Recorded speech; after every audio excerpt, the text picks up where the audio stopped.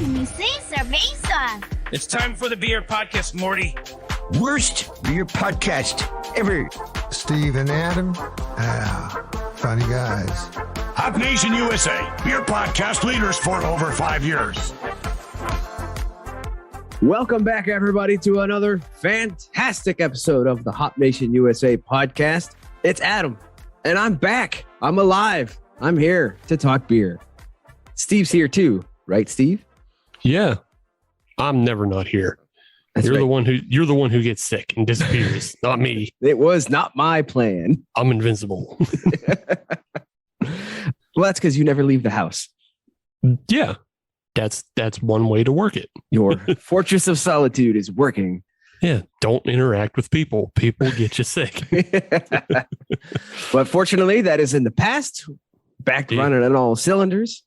So if you can tell by our slightly different audio quality, we are here on Zoom this week because we have ourselves a very special guest who is not from the Pittsburgh area. Yeah, that happens because I don't want to get the roan dog. But yeah, this week we are joined by the creator of the Pints and Panels blog and Twitter account and just overall cartooning empire. We're joined by Em Sauter. Welcome to the show, Em. Yeah, thank you for having me. Awesome. So yeah, we're going to talk with Em. We're going to learn about like beer education and how to educate people through cartooning and, you learn a whole bunch of other things. But the first thing we're going to learn is what's everybody drinking tonight? Would you like me to go first, Steve? Please. Okay. So this comes from a brewery we have never had on the show before. They're relatively new. They're here from Western PA. And this is the Lake Hill Brewing Company. Where are they from? They are out of Stoneboro. Where's that? What? Stop right. making things up. I'll give you the Pittsburgh directions. Go up 79, go up just past 80, hang right a little bit. If you make it to Sandy Lake, you went too far.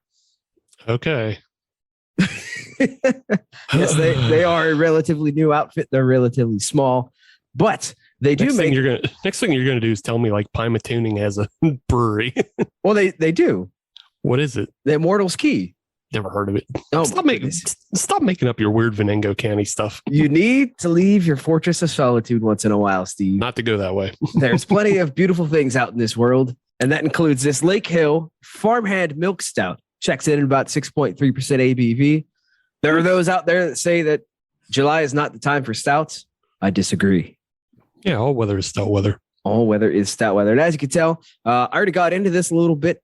Yeah. And yeah, it's a stout.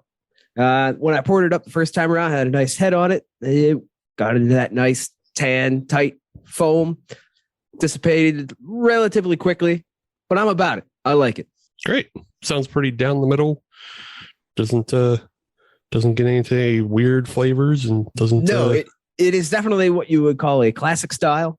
Yeah. It's just a good, nice drinker. No off flavors, but also, doesn't burn you out on sugars and being gross. Yes, exactly. Gotcha. It's good at being a good beer. Gotcha. Cool. The beer I'm drinking is a beer that probably people are sick of hearing me talk about and other people around me talk about, but I don't give a shit. It's great beer. The May Queen Farmhouse Ale that was a collaboration, and it is brewed at Hop Farm. There's a whole big list on the can. I got to read. But it was brewed at Hop Farm, but it was brewed in cooperation with Coven Brewing, a Biel Voyant Tea Company, a Poidia Apiary, Halloween is Forever podcast, and the Pink Boot Society. So just all of that all together to bring together a farmhouse ale that is like 4.8%, and it's full of like local honey and tea, as mentioned with all the collaborators. But yeah, it's a really great beer. It's funky. It's got a lot of great flavor on it. I can't say enough good things about how well this beer came out. How is it on the tea side of things? Because I know you're a bit of a tea beer connoisseur. How does it stack up? So it's not too heavy on the tea side. I'll say like it's much more along the lines of like dry. Okay. All right. So it's kind of more it kind of feels like it gets like just a little bit of floralness and dryness from the tea, but it's not it's not like the way I love my Earl Grey ales. it's not stacking up against Caution Brewing's Earl Grey. Okay. Yeah, or even Leaning Cask. Leaning Cask does a really good Earl Grey for the local area. Okay. Yeah. So, yeah, but otherwise it's a great beer. Check it out while you still can. I don't know how much is left. Probably not much. Yeah. But Em, what are you drinking tonight? I'm drinking an iced tea. Nice. I'm sorry. Is it at least a good iced tea? Yeah. It's the I splurged and got the Tazo Passion, the tea they have at Starbucks, which I'm not really a Starbucks drinker, but it's really good. And I bought it. Oh my gosh, it's so embarrassing. I go on a beer podcast and I don't have a beer. I did before I went on here, I shared a can of Mine Haze from Firestone Walker with my husband. So I did have a little, and they came up with, it was the citrus. They have a bunch of different ones now. Citrus, tropical, I don't know. It was the citrus one. It was really good. So very nice. Yeah. So I apologize for not bringing a beer on a beer podcast. Well, honestly, you're not the first one. No. So it's not the biggest deal. Okay. And to pull the curtain back a little bit, there's been a time or two where I've done the same thing on a Zoom podcast where I just sort of, pretend that I'm drinking a beer. Just don't tell the people. Yeah. So, you're in good shape. I usually, when I do podcasts, I'll drink non-alcoholic beer, especially if people are like, well, we'll record this at 10 o'clock at night. And I'm like, oh, I will drink a non-alcoholic beer, or we'll record at 8 a.m. because they're somewhere else. So yeah, I'm a big fan of NA beers, especially the type of NA beers that they have nowadays. They're quite good. Can you give us a line on some of the good ones? Because we've done a couple episodes on NAs, and I think the only ones we kind of like are Two Roots. And Two Roots is like all of their NAs are actually also bases for their THC beers that they release in California and Nevada. But like other ones we've had, like Brewdog, trash. I don't know. Well, okay. So I have a little bit of a confession. So a very good friend of mine owns Athletic Brewing, which is very large. And so he'll mail me the beer. So when I'm on the podcast, I'm like, hey, I'm drinking Athletic, but I actually really like everything he does. And they are an awesome company, treat their employees really well, are great. I've had some of their golden ale is really good, and their stout is quite good too. They're doing some really good stuff, and they're like the 27th largest brewery in the country now. So I'm super into what they're doing. Yeah. We went to nursery school, like his mother and my mother were like best friends. So it's, oh, wow. Yeah, we go way back. So it's cool to see him in that like NA space, making his own way. Really awesome. So yeah, I'm a big fan of theirs. But yeah, a lot of them I've had people mail me NA beer, and I'm like, this is really bad. So it's good to see NA beer becoming quite good. Yeah, because sometimes you're done and you don't want to. I love beer as much as the next person, but like I'm not really into getting trashed all the time. That's not not the most fun. But I love beer, so having good NA now, it makes me very happy. Right on. Yeah, there are those of us that are not 23 anymore, and it shows the next morning. I got stuff to do, Yeah, I got a life to live. Nah. I work from home. I do as I please. But all right, that's good to hear that. Although I guess maybe we'll try Athletic in the future, because yeah, we are appreciative, and we know those around us who do like NA stuff. But yeah, we'll look them up. The Decaying with the Boys will appreciate this. AEW John Moxley is a big fan of the Athletic Brewing. Yes. Yeah. They have a lot of who is like JJ Watt is a big fan of Athletic. They have a lot of athletes that are like really big fans of Athletic, and they work with like the woman that won bronze in the marathon in the Summer Olympics is one of their ambassadors. So they have like, a lot of like athlete ambassadors that will do work for them. And like, they were like, oh, she won a bronze medal. Like, it's cool to see how they function. But yeah, they have a lot of fans, and it is quite, I'm not just saying it because I know the owner and like he's married to a friend of my sister, like he's a super good guy and the beers are great. So I'm a big fan of what they do. Nice. Want to get them on the show. Yeah. Their brewer, John, and he's also a part owner, super nice guy. They're from Connecticut. So it's always good when good beer is coming out of Connecticut. It makes me very, very happy being mostly lifelong person that lives in Connecticut. And I've become quite a big Connecticut fan. The beer scene here is really, really good. It was not when I turned 21, but it has really upped its game. And I'm really excited to see what happens next.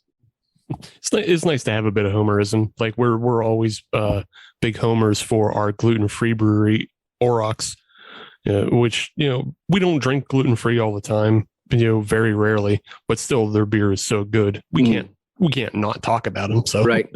Yeah. They are not a good gluten-free beer. They are good beer that happens to be gluten-free. That's awesome. This is the way I look at it. Yeah. Well, the Pittsburgh scene is so strong. So strong. It is now. Yeah. I mean, I was having a conversation with someone and they told me where they were from. And they were like, oh, my city's beer stinks. And I was like, what? Like every city has a good beer scene. Right. You just want something that you can't, when people are always like, oh, if I lived in Maine, then I could have all the Maine beer I want. You kind of want what you don't, like Vermont or Oregon or Chicago. But I look at people's hometown scenes and I'm like, wow, it is a great time to be a beer drinker. Yes. If you can't find good beer, that's your fault. It means you're not trying. Yeah, it means you're not trying. And it just also means just like, maybe your city, you need to go one city over. If you're in a smaller town, okay, maybe you don't like the brewery in your smaller town, but check out the nearest city. Bound to have something for you. Right. Go to the next small town like Stoneborough, where Lake Hill is. Sure. A place that Steve apparently has never heard of before. No, it does not ring any bells, and which is weird. Which is weird because I know Petrolia and Sligo. Yeah, so that's same size. That's like a reference for 3 people listening to this. But let's move on and let's just learn a little bit more about Em. Em, could you give us just maybe a high level kind of breakdown? I feel like most of our listeners know, what Pints and Panels is, but if you could just give us a high level breakdown of what it is and how you kind of got started. Yeah. So I went to graduate school for art in Vermont. I went to the Center for Cartoon Studies, which is a real place that teaches cartooning at a graduate and certificate level. So there was 24 people in my class. I graduated there in 2011, and that's where I started Pints and Panels. It was part of my thesis. And being in Vermont in 2010 was the beginning of craft beer. So you have these kind of, you have the old stalwarts. You have Vermont Pub and Brewery, Greg Noonan, who invented the Black IPA, to Harpoon, Long Trail, Otter Creek, these old timey breweries. And then 2000, not old timey, legacy breweries. Right. Old timey makes it sound like they were around in 1890, which they were not. Everybody had handlebar mustaches. Yeah, good bowler hats and good bow ties and whatnot. And then in 2010, I remember going to visit Hill Farmstead for the first time because that's when Hill Farmstead started. So you start to see this kind of trend towards Von Trapp Brewing in Stowe. The Alchemist is a restaurant, but they just started canning. And so it's really cool to live in a place where beer is really taking off. And so starting Pints and Panels was just really an excuse to drink more beer and try beer because I mostly reviewed beer and it was a good warm-up exercise. So I would draw a review in the morning before doing my actual homework in grad school. And then it just took off because it was so much fun to do. And then it was a review site for a while, 8 years or so. And so I would review beer almost every day. And then as it progressed, a couple times a week because I had other jobs and whatnot. And then in 2019, it switched to beer education. And that's when it really took off. And it was exciting to see people being like, oh my gosh, we can learn about beer in an accessible and easy to understand way. Because I mean, I've studied for Cicerone certifications. I have my advanced, I've taken the master. I have not passed the master. I will never pass the master, which is fine. Very few people do. Yeah, there are only 20. There are only 20. They just had the exam a month ago. So we'll find out next month if there are any people that have passed it. So fingers crossed for it. I know of a lot of good people that took it. So it'd be great if there were more. But I would read these books and I was like, either they're like, beer is either it's either like a book for kids or like really low level, kind of very simple, or it's a textbook. And there really aren't very many books in between that kind of like, okay, you know what beer is, but how do you get to the next level? And so Pints and Panels kind of took up that mantle. That was like, all right, let's teach people about beer in a very accessible way, but we can go about it at all angles. So if you are taking the level 1 Cicerone certification, you're just learning about beer for the first time, I got you. But then if you're also taking the master and you need to learn about like 3 MBT light struck beers at a certain quantity, I got you too. So like, we're all, I'm trying to help everybody. And then also everything in Pints and Panels on my website is free, because I think the accessibility of it is very important to me, because beer, books, especially like high level stuff, beer classes, those are really expensive. And so I want to make sure people are getting accurate information, because I mean, you just Google a question about beer, you're going to get the wrong answer. It stresses me out a lot, especially like good websites where you're like, you should have good info. So Pints and Panels is I want it to be the kind of go-to source for accessible, free visual. So everyone, even if English is not your first language, or, you're somewhere else, or you're just learning about beer for the first time, I Pints and Panels is here for you. And that's very important to me. Yeah. Yeah, I appreciate that, because like you're saying, if you Google a question about beer, because like Adam and I homebrew, and like sometimes we have a question about something, and it almost inevitably takes us just to another homebrew forum that we have to maybe cross our fingers and hope that person's not fucking with us. But I also appreciate like you offer a more visual style of learning, because like visual learning is very helpful for a lot of different people.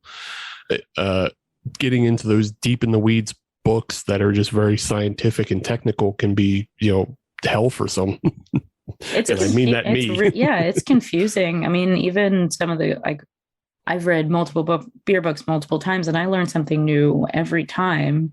And it's not that they're confusing me on purpose. It's just, there's so much with beer. And then the big thing that I always say is there's a lot of right answers in beer. So, there are a million ways you can brew a porter, and it's still a porter. So when people get very hung up on style, I used to get hung up on styles, and now I'm I'm also very chill about, be like, just drink. Like, I love Miller Lite. I bought it. We're going on vacation, family vacation. And my husband was like, what'd you get? And I was like, Natter Days. He was like, that's a good choice. Like, that's what, like, I'll drink local stuff. I work part-time at a really good brewery in Connecticut called Fox Farm, great beers. So I get access to really good stuff. Living in New England, we do have, if you want to go hype, Treehouse is 45 minutes from my house. So, and their lager program is unbelievably good. So it's been really good to see their progression as well, and then going there. But then I also have access to local beers. There's big beer. There's so many different international stuff. It's an exciting time to be a drinker, and drink whatever you want as well. I'm never going to, tell people to dictate as long as the brewery isn't a jerk. That's my one caveat. Yes, fully agree on that. Like, if the brewery is treating people badly, or is a bad employer, or is doing something that they shouldn't be doing, then those people can, I have a friend who's Scottish, and this is my new favorite, is get in the sea. So those breweries can get in the sea, as far as I'm concerned. And but that's my only, other than that, if drink what you want. That's the best part about beer, is that there's so much flavor and choice. It's a great time to be a drinker. Yeah. It fully is agree. Nice. Yeah, it is nice with the options and variety everybody's afforded. I'm one of those people who loves a good Rauch beer. Nice. But also I'll drink fucking Oreo stout garbage too. I don't care. Yeah. So I mean, there's like those 450 North like explodies. I mean, I want like 4 ounces of it, but those 4 ounces are delicious. Yes. But you know, I mean, that's the thing is drink what you. People get very agitated about like, well, there's only milkshake. It's like, have you been to the store? Like Sierra Nevada Pale Ale still exists and will always exist as long as you can find it fresh. But it's, you know, there's a lot of really great. I have 2 breweries in the town I live in. Both are quite good. And, you know, they have a dark American lot, like it's like a dark cream ale on right now. And I'm like, Ooh. Okay. I mean, and then they also have like 9 DDH Imperial IPAs. And that's fine. And they have a beer with glitter in it. That's fine. And then they have some like make a really great Mexican lager. It's just, there's a lot of experimentation. And it's a lot of great beer out there. Makes me happy. Whatever you're drinking, as long as you're loving beer, I don't care what you drink. right on. What about cider though? Can I drink cider and be happy? Cider? Ciders. Oh, ciders. I was like, is he talking about ciders? Ciders are awesome. Yeah. Husband loves ciders. There's some really unique ciders out there, really funky ones. We actually live really close to, or not really close. It's actually not close at all. In Connecticut terms, it's like 30 miles away. We live near OEC, which is also an importer, Be United, and they import Schlenkerla. Oh, yeah. Okay. And they can it there. So I get fresh Schlenkerla cans in Connecticut. Ooh, But the reason I brought them up is they do a Basque cider in a can. Oh, okay. Yeah. So there's some really interesting like saisons they'll can some really great German beers, but yeah, they can fresh Schlenkerla Helles cans in my local liquor store Ooh, yeah. I'm officially Awesome. jealous, just so you know. is really nice. It's really, really nice. And it's a great place to visit too. Their tasting room is really nice. They make their own stuff, weird stuff for the most, but then they've just started to do some clean lagers, but you can also, I think they just recently came out here for a lager fest. That would make sense. Yeah. Yeah. They do their Czech dark lagers really good. They also, but you can get like Schlenkerla Märzen on draft. Ooh. Like there. And it comes in like a big wine glass and you can sit on there. They have a very nice tasting room and they have with really nice outdoor seating and they're just like, Connecticut, you say, huh? Yeah. Connecticut is it's a secret because people they don't think of us when it comes to really anything. We're kind of one of those drive through to get to the better states of, you know, your Massachusetts, your Maine, your Vermont. But man, do we have it when it comes to good beer, coastline. We don't have mountains. We have hills, but they're very nice. We have some like really great lakes. I was born and raised here. I left being like, I'm never going to live in Connecticut again. Then moved back in 2012. And I've been here for 10 years now. And I would never leave. Maybe when I get old, I want to move somewhere colder because I like the cold. And it's getting we don't really get, I don't know. Like Vermont. I'd move to like Vermont or Maine. But I love Connecticut right now. And my family's here. And the beer, we have over 100 breweries. The beer scene is really, really strong. Nice. I think you're one of the first people I ever met that wants it to get colder. My husband and I love the cold. What are you talking about? You know me. Yeah. See, there we go. You're not people. Oh. You don't leave the house. Yeah. It's too warm here in the summers. It's getting too humid. I don't remember that as a kid. So I want to go somewhere. Or we also get a lot of ice. We don't get snowy ice. Yeah. And I want snow. Yeah. Like I really like, Yeah, the real hard pack that you can just kind of grab and it squishes into a ball. And that's what, we only got like one snowstorm last year or two. We didn't really get snow at all. And I don't live near the coast where they get less snow. I live up near Hartford. And we just aren't getting, I want more snow. So my dream is to move. Yeah. I want, when I lived in Vermont for grad school, the first year we got no snow. And I was like, what is this? And then the second year, I'm not joking, it snowed 8-9 inches a day for about 2 months. which was really beautiful, but also like, man, does it really affect everyone? Just gets sad. If you want to think about possibly moving not north, but you could go west to Buffalo. The times I've been to Buffalo, it just because of the lake, it snows like yeah, it's crazy. I used to have, when I went to college, I had friends in Rochester, which was 4 hours from when I went to college, and I would visit in the winter, and I would be like, why did I do that? Because your car would just disappear. Yeah. Yep. So I wanted to ask a little bit more about your cartooning as well. We talked a lot about beer, but the other half of this is your cartooning. Have you had, I know you do commissions. Have you had anything that was like a really interesting non-beer related commission? Oh boy. I must. I drew someone's first date.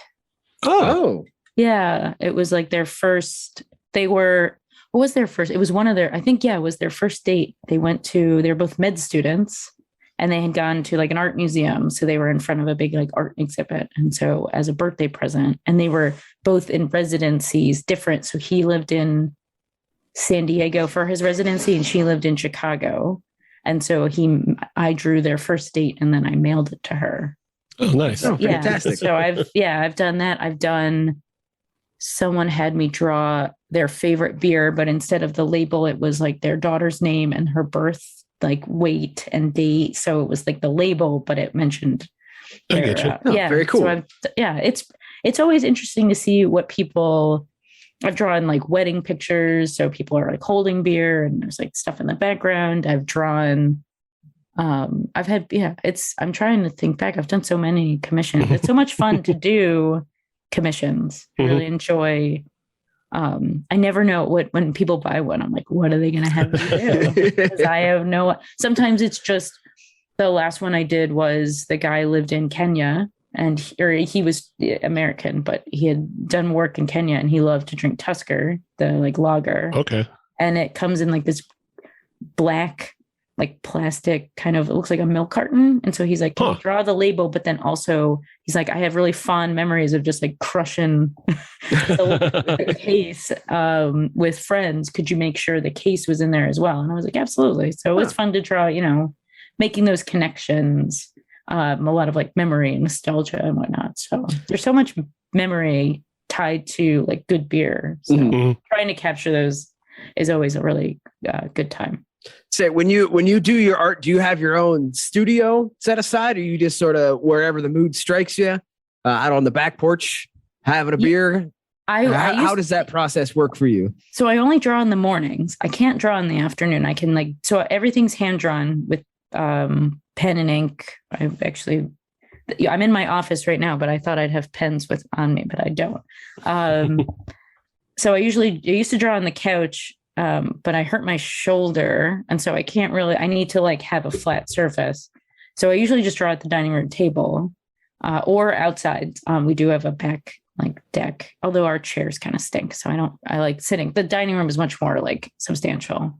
And then, so it's pencils first. So I pencil it out, then I'll ink over the pencils I use Faber-Castell, which is a German art pen with India ink. It's black. And then I scan everything in, and then everything's colored and cleaned up in Photoshop.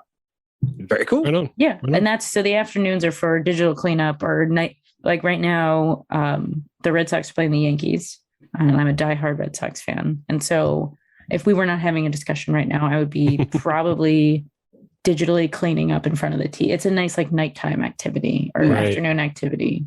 And it's fun. Yeah. I'm working on a couple commissions right now for a brewery in Middlebury, Vermont. Drop-in brewery. I'm drawing some of their art cans for their tasting room. So very nice. Current activity, yeah. So it's fun for people to email me and be like, I want this drawn. And I'm like, you got it. And then they pay for it, and then some of the money goes. Part of commissions always go to charity. So right now, nice. Yeah. So right now, $20 for the month of July. Usually it's $10. $20 is going to the Abortion Funds Network because America crazy. Yes. Right. Yes. America has a problem. I also wanted to ask, I saw you post maybe not too long ago, but you were asking about like possibly getting into animation. Yes. Do you have any more thoughts or updates onto like animating? It's just I don't have the chops to do it because you really have to have your own. I've talked to, I got an email from Michael Kaiser at Good Beer Hunting about making GIFs because apparently it's quite easy. So I just have to email their designer because that's what they do. They do designing, like they're a design firm. So that was an option. So I've also been making reels on Instagram with iMovie. So, I mean, it's not really animation, but it's like kind of the most I can do. And that's been really fun to kind of visualize in a different way my work. So taking what I've already drawn and moving it into a movie-esque role. And so that's been fun to do. So I need a real animator, and animation is very expensive. So, yes, it is. Yes. Yeah. So maybe one day, who knows, but not at the moment. Yeah. If you are interested in tips on Adobe After Effects, I can teach you how to do simple animations. I mean, even Illustrator stresses me out. So Illustrator stresses everybody out. That program is so unwieldy. Yeah. Everybody hates it. Do not use. People are like, can you do vector? And I'm like, nope. Pass. Yeah. Hard pass. Sorry. Awesome. Well, let's come back to the beers that we're drinking really quickly. I finished up my May Queen. It was a very delicious beer. I've been drinking a lot of that beer along with Nimble Giant and soju. So that's what I've been doing for the week. Nice. Adam, your beer? For myself, the Lake Hill, the Farmhand Milk Stout, good beer. I enjoy it. I've got 3 more in the fridge that are not going to last much longer. I'll put it to you that way. I might have one May Queen for you to try if you want. I'm glad that I had it. Stoneborough, by the way, is an actual place, Steve. I'm sure it is. It's a thing. It's one of those small towns that you pass through, like you blink and you miss it when you're driving through them. It's very true. And I don't even know that they have a stoplight. Exactly. That's the thing. That's how you miss it, because they don't even have a stoplight or a stop sign. You just go right through it and you go, oh, was that I guess. Yeah. You see like the vague wisp of a general market. Yes, an IGA or a Piggly Wiggly, and then it's gone. Yeah, there's no Piggly Wiggly up here. No, it's too far north. I know. It's an IGA or just something that's like Pat's Market. Yeah, I just wanted to say Piggly Wiggly, I'll admit. Mm-hmm. And Em, why don't you tell us about your Tazo tea? It's gone. It's gone. I'm trying to. That's how on this show. That's how you know it's good. It's really. I wish the box wasn't like $4. Yeah. I actually normally my iced tea of choice is I live in a town that has a very large Polish population. So there's a bunch of Polish grocery stores, and the Polish herbal tea and it's like $2 a box. It's the sour cherry one. And then I'm like, I don't know what fruit this is. And I'll just bring it home and be like, oh, this is good. Yeah. And everyone asks, they default to Polish. So you're there and they're like, I don't speak Polish. And so you just kind of, it's a lot of like me wandering around the store being like, it makes you feel like you're in Europe. Like it's without a doubt, except the couple people who work there are definitely from my town. And you're like, you're not European. But it's a fun place to go and they have really great Polish beer. Oh. So you can get like Żywiec for like the Baltic Porter for like $2, $2.50 a bottle. And that's 9.5% ABV. So like, it's a good deal for, if that's what you're into. Those are for snowstorms. I really like. That's when you hunker down. Shoveling and the snowblower is for Żywiec Baltic Porter. Yeah. Just as important, how is the pierogi game? Oh my God. There's a pierogi. So there's multiple places there's two. There's the Roly Poly and the Polmart. I've only been to the Roly Poly.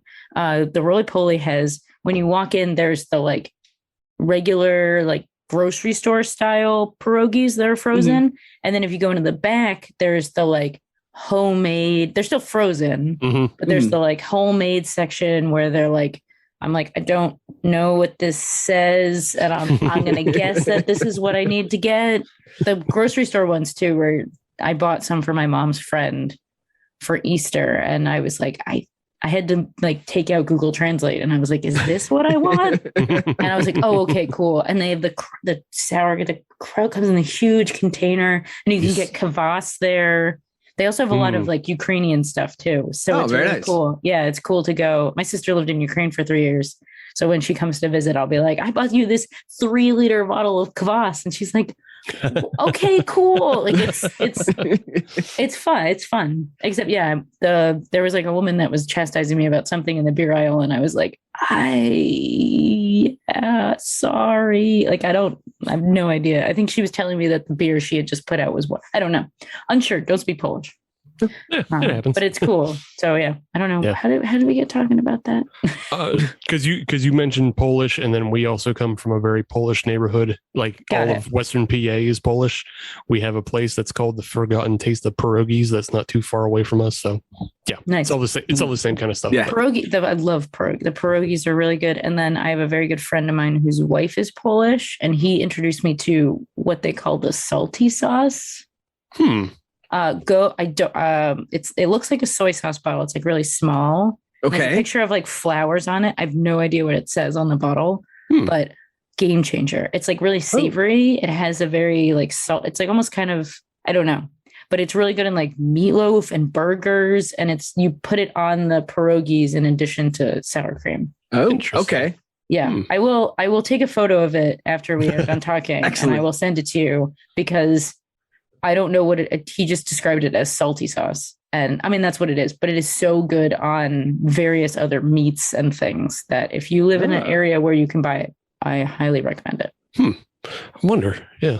We'll definitely get into that though. Because I mean, yeah. Yeah. But all right, let's take a break and we'll come right back with segment 2 and we'll talk more to Em and learn all about pairings with pierogies, possibly. Definitely. Yeah. But yeah, see you right there. First Sip Brew Box is a one-of-a-kind subscription service for craft beer lovers based right here in Pittsburgh. Every month, First Sip will send you a box full of craft beer enthusiast essentials, including t-shirts, glassware, and even food. Right now, our friends at First Sip Brew Box have an offer for you. Just sign up for a 3-month subscription and get your 4th month free. Just enter the code HOPUSA when you sign up at firstsipbrewbox.com. That's HOPUSA at checkout to get your 4th month free at firstsipbrewbox.com. Welcome back, everybody, to another fine segment of the Hop Nation USA podcast. We've got more beer, we've got more people, and we've got positive attitudes. We are here with Em Sauter, also known as Pints and Panels. She decided to stick around. We didn't chase her away, which is always a good thing. So Boy, you really slipped on your Pittsburghese accent. She decided. And I'm not even a native Pittsburgher. No, I've just it been ain't your immersed thing. in it. Yeah, you for just so been here long. so long, it gets in you. Yeah, it does. It does. But that's not important right now. What's important is talking beers. Mhm. So, Steve, I'll let you go first this time. What beer are you drinking? So I'm drinking a mystery beer, and maybe you can help me. I found this beer in the fridge, and I don't know who gave it to me. So I'll start with you and see if you can tell me if you bought this and then gave it to me, because it seems like something you'd give away. But I'm drinking. I'm drinking the Dancing Gnome Equilibrium collaboration, and it's they did a collaboration called the Double Lustra Lab.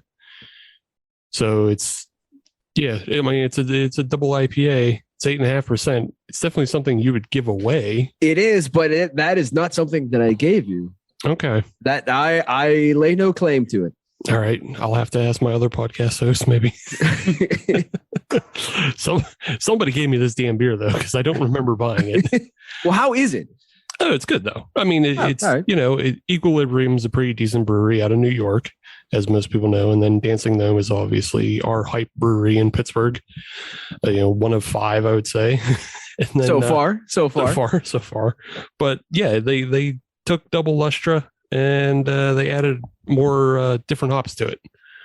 So, like, I think Lustra is usually either all Citra or mostly Citra, but this one is Citra, Amarillo, Galaxy, and Strata. So very nice. Yeah. Did you say that this was lagered as well? No. I said lab. Oh, lab. Okay. Double Lustra Lab. So it's like they're in the lab doing experiments. Okay. For some reason, I had lager on my brain. It's like, why would they? Okay. Maybe they're really experimenting. But never mind. Maybe. I think Nah, I don't want to say that out loud. Okay. Then don't. They did a Lustra lager. I'll do research before I say shit. Okay. Why don't you tell people what you drinking? So what I'm drinking is from Flying Machine. This is their Ghosts of Lager Mountain. This is a Baltic porter style lager.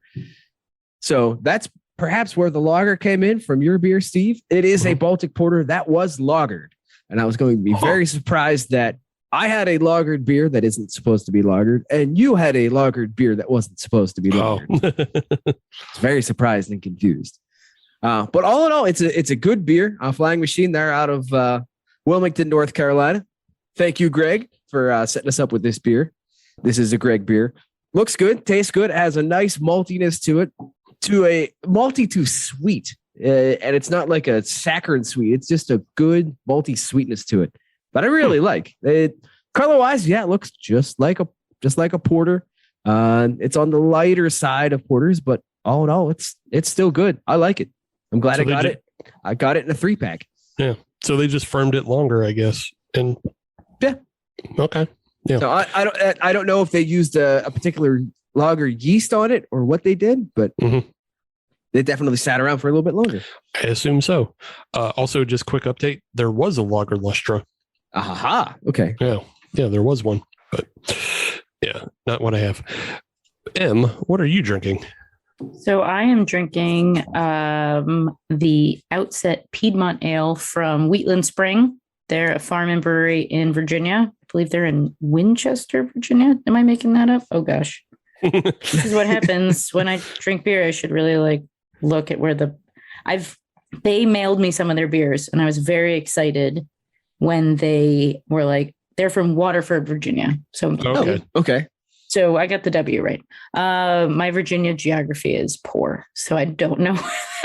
Most of ours are. It's fine. It's in Virginia. I've heard really amazing things about this brewery, though. And when they were like, "Hey, we made," so I tweeted about how much I love English summer ales or English golden ales, which is essentially like UK hops, but lighter, really refresh. So take a best bitter, but make it golden and lighter. Okay. And so I was talking about how I love that style. And so they were like, we make one here. We'll send you one and all our beers. And I said, yes, please. Thank you. Which I don't ask breweries to send me. I'm never like, hey, can you mail me beer? Because that's not who I am. So they mailed me a bunch of beers, including this Outset Piedmont Ale. It's 5.9%. It has a very Saison, the clean Saison quality to it. It's very, very good. They mail me a bunch of really good stuff. Everything I've had, their English Golden Ale that they send me, which is called A New Day or something, I took a sip and I was like, oh yeah, now we're talking. Their beers are really, really good. So I'm really jazzed to try all the things they mailed me because their beers are excellent. And I've heard great things about them. And what I've heard is true. So great brewery. And quick update, Waterford is in Northern Virginia. They're kind of up around Leesburg, up near the Potomac, Frederick area. Okay. Yep. So, all right. I know in that space. So if you fly into Dulles, you can get there pretty quick. Oh, all right. Yeah. Because Dulles is in the middle of I just had a foot. Really, I like DC and I like to visit it, but man, Dulles you're there and you're like, this is bad. I got stuck in Dulles a couple weeks ago, but luckily the NBA finals were on. So the Celtics lost, which stank, but I got to watch at least some sports before I got home at 2 a.m. It's great. Oof. So yeah, no Dulles, no. Yeah. Okay. And we don't have to talk about that anymore, but go drink Wheatland Spring. Their beers are awesome. So. Awesome. Yeah. Good to hear. I mean, there's a lot of good things that come out of that NVA area. And for sure. I guess we're still getting an Aslan here in Pittsburgh. Yeah. I saw an article about that last week that it's still a thing. We're still getting that. So, okay. Apparently. Yeah. When it happens, it happens. When it happens, it happens. Yeah. It's like we did get a brew dog, but we didn't get a platform, but maybe we get an Aslan. Who knows? Of the three, I'll take the Aslan. Yeah. I mean, yeah. As far as we know about business practices and general beer, it's better than the other two. So yes. But we won't, we don't need to dwell on that. No, still always local overall. So, but yeah, Well, moving into this next segment, we wanted to, one of my favorite things, at least, of what you do, Em, is you put out like these fun little one sheets of beer pairings with like food and baseball teams and just kind of whatever strikes you, I guess, whatever is, seasonal. But we also do that segment sort of with, different brewers and everybody who comes on the show. We have a segment called the Pair Down, and we'll throw abstract things at our guests and say, okay, what beer goes with that? So we're going to do it a little extra. I wanted to do some personal pairings with you, but then also we have the announcements of new Indiana State Fair foods.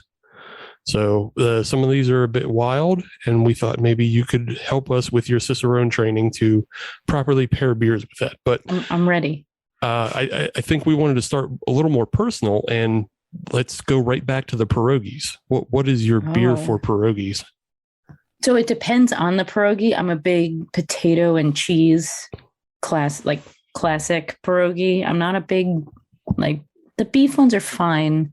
But if we're talking about cheese and potato, I don't know. I mean, if you wanted to stay traditional, you could go Baltic porter, especially if you've got bacon and heavier stuff. Or, I mean, just a 4-pack of Okocim? It's just of classic Polish lager, because their lagers tend to be a little higher alcohol. So there's more oomph, more pep. And it's when you go to the Roly Poly in my town, it's $5 a 4-pack, and you're like, good God, we're going to party tonight. I think those are that kind of higher, I guess that would fall under kind of an international pale lager, although the alcohol level is usually pretty high. But I would go more traditional when it talks about pierogies. If you're going to go not traditional, I mean, I'm looking for more, I'd want booze, really. And I think maybe a double, like a Pliny the Elder. Okay. Nice. All right. Would be really good with that, because you've got this kind of bitter fruit, high alcohol that's going to help clean your palate. A triple would also be really good. Like Chimay White would be excellent with a pierogi. Yeah. That would be really unique, because I'm thinking about pierogies are kind of like when you go to Belgium, you get those croquettes, the deep. I mean, every country for the most part in Europe has a deep fried their version of mozzarella sticks. Yeah. And I think a triple with the high, because you want high alcohol and you want high carbonation. So I think that the triple would be good too, with that kind of potato, cheese, bacon, and then you get this kind of floral banana clove sweetness. It would be, I really when I do food pairings, I try to you've got 5 tastes. Can I get all 5 of them in one bite? And that's, or contrasts. I love salty sweet. So when you've got pierogi and that's heavy salt, heavy fat, what's going to be the opposite, where it's going to clean my palate, but also give me a little fruit sweetness. So triple, actually, I'm leaning, because you also, triple would be great Baltic porter for traditional as well, because you've got that, what is it? Juviet's, which is the classic Baltic porter, has that molasses sweetness to it. Okay. And it's 9.5%. So there you go. It'll get you where you need to be. Yeah. And hey, you're putting a bunch of potato in your body, so it'll absorb. Yeah, sure, absolutely. It gets stalled a little bit. All right. We'll be thinking about that. I mean, obviously, again, we're in Pittsburgh, so I think the only other city I can think of that does pierogies more than us maybe is Chicago, and that's simply because they're bigger. Right. Chicago has the first, and then I live in New Britain, which is or New Britsky. That's what they call it. The president of Poland came to visit my town. Oh, in 2019, Andrzej Duda, or I don't know if he's president still, but he was president at that time. And our mayor came. It's very when you vote for, actually our mayor is not Polish, but everyone else is just all the name. It's fun to and when we get things in the mail, it's in 4 languages. So our mail for comes in English, Spanish. We have a very large Puerto Rican population, Spanish, Polish, and now Arabic. So, because we have a large North African population. So it's cool to when we get things in the mail, It's like, it was when they sent us all things being like, don't forget to get vaccinated. And it came in this like 4 different languages, and it was really cool. Oh, that's fantastic. Yeah. Interesting. Our trash has our trash bin has instructions in Polish about like when to put your trash out. No kidding. Yeah, it's cool. It's really cool. That's fun. All right. I had another personal pairing for you. Okay. And this actually comes from an interview you did in the past. I believe it was for the 40 under 40. So this is a couple years ago. But you had said one of your best pairings was a beer and an experience. Mm-hmm. And you paired a gigantic coffee saison with just your bus happened upon like a mother grizzly and her cubs. Yep. I remember. My question. Remember that like it was yesterday. It was like 8:30 in the morning too. Yeah. We were at my husband. Wasn't my husband at the time, but we were on vacation. So we're like, yeah, we're gonna sneak a growler onto this national park bus at 8:30 in the morning and drink out of coffee cups or like coffee like paper. Mm-hmm. We had gotten espressos at the for some reason the Denali National Park had an espresso machine, and yeah, that was one of the craziest pairings ever. Like being that close to a mother grizzly, drinking a coffee saison, and then there was a big beer. It was like 8.5% maybe. Mm-hmm. It was really cool. So anyway, Yeah. your question. Well, I mean, it's good it's good background for the audience. But like, my question was going to be like, have you found a better experience since that? Like a better pairing experience? No, I don't think so. And that was so unique, and it was one of the coolest things I've ever seen. Because the national parks we were actually, the last time I was in a national park, I was at Glacier over Labor Day with my fam. So my sister and her husband live in Utah, and my mother and my husband and I drove, we didn't drive. We flew, and my sister and her husband drove up from Utah, and we went. And I remember we were drinking Montucky cold snacks after a really long hike, and we were drinking in the backseat, which I don't think you're supposed to. Oh, okay. Well, don't tell anyone. We'll bleep that part out. Yeah, sure. And there was a black bear with a cub in a tree, like batting at apples. Oh.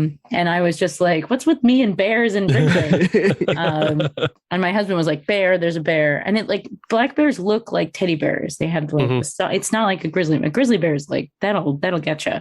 Yeah. But it's just cool that I love that you can go to a place where you can drive along and then like nature, like that's really, a lot of people don't get to experience that. And I think that was really cool. And so, yeah, that was my last bear and beer experience. Apparently I have multiple. Having more than one is pretty impressive, actually. Yeah. So it was, I can't think of, I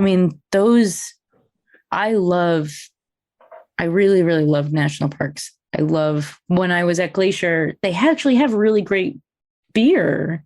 We were at a lodge after that. We went on a really long hike, and it was longer than I thought it was going to be. And it was really hot. And we went, and I had a Lewis and Clark Hefeweizen, but so Montana is very much like, you want to go back in time beer wise. You're like, what was it like to drink in 2005? You go to Montana because all they drink is Scotch ales and amber ales. And their Hefeweizens aren't Hefeweizens. They're American wheat beers like Widmer, where you're like, that's not it. So I had a sip and I was like, this isn't a Hefeweizen. But it was so good. It was a great wheat beer. And we put our feet in the glacial lake, and it was very hot and it was crowded, but it didn't matter. And it was just, I really loved the beer scene in Montana. The fact that like we went hiking and we got lost and we almost missed the last chairlift down, but we didn't. And there was a bar at the top that was closing, and they're like, you can drink your beer on the chairlift if you want. And so I have a photo of my husband drinking like a PBR on the chairlift, and he's like, this is a great experience. And it was just and like all the Scotch ales. Man, one of the best beers I ever had last year was Kettle House Brewing. They're from Missoula, Montana, make a beer called Cold Smoke. And it's 6.5% Scotch ale, so lower alcohol in a pint can. And oh my gosh, is that beer just We were at the airport because I actually was on my way to Pittsburgh to go to Barrel and Flow. Okay. Nice. Which was amazing. Yeah. And so I think it was early in the morning and they had cold smoke. And I looked at my mom and I'm like, I'm going to drink that beer. It's the morning. So don't worry about it. And she was like, well, you're airport flying. So it's fine. That's what I was like, it's fine. Don't worry about it, Mom. Time does not exist in airports. It doesn't. Yeah. And so I was like, I have to have another one of these beers because I tried to remember any beer I have that like, because we're drinking a lot of beer nowadays. There's lots of different things, but when you have a beer that you're like, I remember this. I remember where I was when I had it. I remember that was one of my top 3 beers of last year because it was just 6.5% Scotch ale in a pint can. Come on, come on, Montana. Come on. So I have something, and I'll ask if you've been there, but maybe this will give you a new place to visit if you haven't. There's a place called Superior Bathhouse Brewery. No, I have not been there. Okay, so they're built in the National Hot Springs Park. Oh, and they actually use the hot spring water to brew with. Well, I guess now I know we're looking for a nice new vacation spot for next year, so maybe we'll go down there. I've put Arkansas on the list. I've been to Arkansas. My car broke down in Arkansas, which was woof. But that's another story for another day. We don't have time for that one. It doesn't involve beer anyway. Does it? No, it doesn't. I've been to 49th State Brewing, which is in Denali National Park. Oh, cool. And that's a cool one because they'll fill the fermenters with high alcohol beer and then they close for the winter. Oh, wow. And it's called their Hibernator series. Yeah. So you go there and you're like, what's with all the like quads and like Doppelbocks and ice spot, like heavy high stuff. But they had a really great session IPA. Actually, I got a growler of it, so I have the growler. And then the guy lives there 6 months out of the year, and then the other 6 months he lives in like Staten Island. So you're like, okay, sure. But the beer was excellent. They had a really cool. I'm not a sucker for like weird flight panel or like flight pedals, but they had one where like you held like the pan, like it was in the shape of Alaska. And it was very cute. Oh, okay. Yeah. And you held like Juneau as like the, like almost like a big frying pan, but the beer in Alaska was really, we went there 8 years ago and the beer was really strong. And I bet it's only gotten, again, great beers everywhere. So yeah, I think the only thing we've had is like from Alaskan brewery, but yes, I mean, we like that stuff. Yeah. It's great. So. Yeah. Midnight Sun's really good. There's some really cool beer up there. Mm-hmm. Awesome. All right. Well, it's time to move on. And now we're going to do the Fair Food Pair Down. Right. So released this week was the Indiana State Fair's plans for brand new foods for, their beers at the state fair. And one of them actually released was the caramel corn beer that's going to be offered by Sun King. They came together with a local popcorn gourmet, popcorn company called Just Pop In. Yeah. They do just as many puns as beer does. So. They're offering a beer that it's just a basic ale made with caramel corn. So you can check that out. But I wanted to get your thoughts on the one that really got everybody's, hackles up, I guess. Is that right, Adam? That's an old word. It is right. Hackles? Yes. Yeah, yes. Well done. Yeah. Everybody's hackles got up because of the pickle pizza.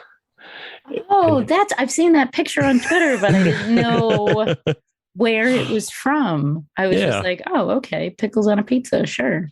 Yeah, so it's basically a white sauce pizza with ranch, mozzarella, dill seasoning, and full dill pickles chopped up on it. What do you pair with that, though? I know exactly what I would pair with. I would pair Goza with that. Mm-hmm. Oh, because pickle Goza, you get the salt and you want you already have the sour component. Goza is going to be a little higher carbonation, lower alcohol. You've got salt already there. I mean, it's basically asking for that kind of for drink. That's what I would straight Goza. That's what I would pair with it. Or I would go I look at that and I'm just like, That's already salty. It's already a little sour. It's cheesy. I want something that's going to be fruity and something that's going to clean my mouth. So I would also, if you wanted to go the opposite direction, I would go Hefeweizen. Oh, okay. Yeah. Yeah. So either it goes, if you want to like bump up that salt, bump up the pickle, go Goza. If you want to kind of contrast that and get something more salty sweet, I would go Hefeweizen. That would be, or even like a New England IPA would be really good with that, because you get that orange, you get that kind of fuller body.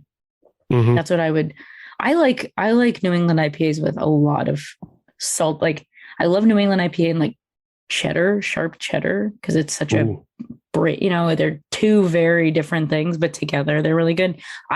I love salty sweet. So every pairing is me being like, how can I make salty sweet out of this? Because that's what I want. I want that salty sweet combo. I love like New England IPA and chocolate chip cookies really good. That's wow, because it tastes like a chocolate orange, like the one you get at holidays where you break it apart. Okay. That's that. Yeah, it becomes a new, like if you want when beer two flavors become one. That's New England IPA is good for that. Interesting. I've never tried. You should try it. It's really good. It was an accident. I was just drinking an IPA and eating a cookie, and I was like, well, yeah, this is awesome. So, but yeah, for the pickle pizza, Goza if you want more pickle, more salt. Hefeweizen if you want to kind of make that salty sweet combo. Gotcha. All right. I got another one for you. All right. Bring it on. I don't know if this one's going to be as much of a challenge because you already seem pretty, you know what's going with cheddar cheese and salty and sweet, but this one is called their potatoes. And what it is it's, I believe it's a loaded baked potato, but it's full of pulled pork, shredded cheese, cheddar, jalapenos, and sour cream. Oh, good God. Yeah. Sounds like a heart attack, and it has many flavors. I like the idea of a New England IPA, but I want a big one, like a triple New England IPA, like a 10%er. I want a big, like orange bomb. Yeah. To go with that. Or even like, oh my gosh, people are going to get mad at me, but a milkshake IPA would be really good with that. That kind of lactose, if you want to bump up. I mean, that's, if you want to just feel like absolute garbage, milkshake IPA. Yeah. Yeah, garbage. Yeah. You're at a fair already. You know what you're getting into. Right. You're writing the day off as it is. Yeah. Just go for it. Come on. You already bought something called potatoes. Yeah. And then there's like a bunch of things I left off the list simply because like they're already like they were drinks. So it's like, why pair a drink with another drink? But like they have a whole bunch of like goofy, like here's a bunch of peaches blended up. Drink that. Sure. Why not? So yeah. You're at the fair. You do. I mean, that's what a fair is for. Fairs forget, as long as you don't barf, it's a throwaway day. And that's what fairs are about. Sure. Yeah. Eat poorly, see White Snake, and then, ride a rickety ride. And then go home. Then go home.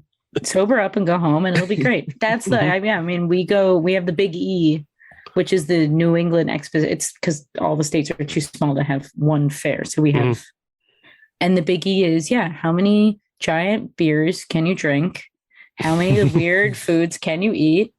And then, how many fancy, like there's like the Camaro, like I want to sit in the Camaro, and then there's a parade, and the Budweiser Clydesdales are there. And then you're like, okay, we're ready to go home. And I've seen everything now. Yeah. The bingo card is full. I saw the camel and I rode the ride. That was too expensive. And now we're good. Okay. No. I did some balloon pops at the balloon pop stall, and they have, so there's I know they have individual state houses, and each state house has a bar. So you drink your way through the state houses. It's like Epcot. That's a pro move. Yeah. So you're like, I went to the Vermont, and they have for the most part, each have really good beer. And so you're like, yes, I will drink the like Allagash at the main 10, and the Vermont, or there's Long Trail. They have Long Trail of Vermont. They have Connecticut. Will have really great beer selection, and they have like a beer garden with live music. It's great. The Massachusetts one, you're like, yes, I will drink all the Trillium. And then it's fun to go through each state, and then you eat there's the main baked potato hut. Worth the wait. So. I'm learning a lot about New England this episode, and like I have like almost like a driving list now at this point. Like I have to go to OEC to get fresh Schlenkerla. Mm-hmm. Got to go get some pierogies up in Connecticut. Got to go to the Big E. Do the tavern crawl. Yep. Do the state capitol crawl. It's for the last 2 weeks in September is the Big E. Worth a visit. It's very silly. Very, awesome. Very silly. Yeah, I think Foghat or Leonard Skinner are performing. So, fun. Yeah, it's silly. Awesome. Well, thanks again, Em, for coming on the show and just, telling us about what you do, telling us all about, New England and fun things to do up there. Why don't you take the time to promote your book and your website and anything else that you want to? Yeah, sure. So pintsandpanels.com is the website. At Pints and Panels on all social media platforms for the most part, updated every day. I do have a new book out, Hooray for Craft Beer, which is published by Brewers Publications. It came out 2.5 months ago. I do have an online store. You can buy a signed copy of my book, prints, shirts, glassware, all sorts of goodies. Ships worldwide. Buy my book. Like I always think like the critic. Buy my book. Sorry, that's me aging myself horribly. It stinks. No, it doesn't. It doesn't stink. The book doesn't stink. Buy my book. But yeah. And then there's an educational archive where if you want to learn about anything about beer, I have your back. That's Pints and Panels has your back. So yeah. Awesome. And like you said, get some commissions from them as well. And some of that will get donated to helping out some of the people in our country that are just like suffering for no reason. It's a struggle. Yeah. So right now, $20 from every commission goes to abortion funds. Get a drawing of your favorite pet or your lady friend or boyfriend for their birthday or your wedding, or I'll draw your favorite beer. I'll draw your home. I've drawn houses, childhood homes, favorite bars that have been knocked down. Anything. It's a fun challenge. I love to do it. So very cool. Ask him to draw me hugging a giant chalice from Castile Rouge. I will do that if you pay me. Awesome. Well, thanks again for coming on. And, we look forward to talking to you in the future. Yeah. If you publish a new book or you just have other things going on, hopefully you can make it out for Barrel and Flow 2022. I want to come back out. I was supposed to go to HomebrewCon, but my aunt who lives in Pittsburgh got sick. And so we couldn't stay with her. And so I did not come to HomebrewCon, but I love Pittsburgh. I'm sad the Pirates stink, but PNC Park is a beautiful, beautiful park. So I love to come and, visit, and the beer scene is wonderful and everyone is really nice there. So yeah, I definitely will make it out sometime. I'm not sure. We look forward to that. Yes. Yeah. All right. Well, thanks for coming on again, and see you in the future. Yeah. Bye. Cheers. And if you want to find us on social media, all you have to do is search Hop Nation USA. That'll get you Twitter, Instagram, and Facebook. And if you want to listen to brand new episodes of the Hop Nation USA podcast every Friday, as you should, then search Hop Nation USA in your favorite podcatcher like Stitcher, Podbean, Google Podcasts, Apple Podcasts, anything that starts in pod, ends in cast, double cast, Lustra, double Lustra cast. It's all there. But if you're on any of those platforms, leave a 5-star review, because we are a 6 pierogi show, but they only let us use 5. And that's a bigger crime than Mrs. T's always just including like 2 ingredients. Like, think about it. Like, it's always potato and then one other thing. Yeah. It's hardly ever like potato and cheddar and bacon. Like, this is what austerity and inflation are doing to us. They're taking away our pierogi insides. This is Pierogi Rant by Steve. I enjoy your pierogi rant, Steve. I'll admit. Yeah. And you're right too. I know I'm right because I want a bacon cheddar jalapeno potato pierogi, and it's just not out there unless I make it. Well, they're out there. You just can't get it Mrs. T style, or you're going to pay $3 a pierogi. I gotta go find somebody else to do it. Go to the House of Pierogies. Yeah, check them out. See what they're up to. Put in a request. Yeah, make demands, make commissions. But go in there, pound on the desk. I'm here to commission pierogies. Hey, everybody has their price. That's right. But yes, if you want to catch us next week, we'll be back. I think we'll be back in person. I think so. Yes, and I have plans. Do you? I've made devious plans while you were sick. Oh, great. And I'm also going to see if we can get some guests too. Okay.